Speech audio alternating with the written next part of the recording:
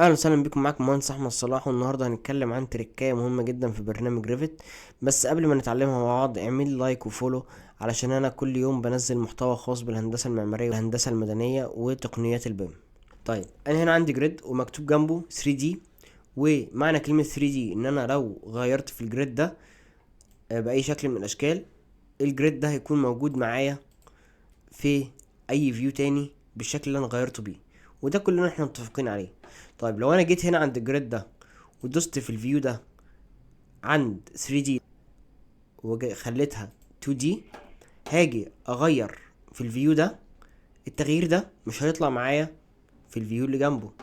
ده برضو احنا متفقين عليه. انا دلوقتي لو حبيت ارجع الجريد ده يبقى جريد 3D عشان استخدمه او يكون الايند مع المشروع كله، مش هقدر ارجعه تاني 3D.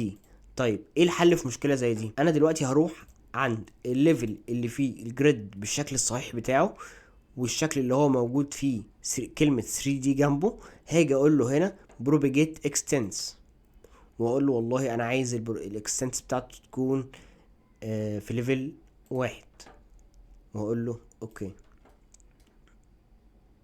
هاجي عند ليفل 1، هلاقي الجريد بتاعي رجع 3D تاني، واخد نفس البعد اللي موجود في ليفل 2. وبكده النهاردة نكون فهمنا وعرفنا ازاي نرجع الجريدز لو عملناها 2D وغيرنا فيها، ازاي نرجعها 3D في اي فيو تاني.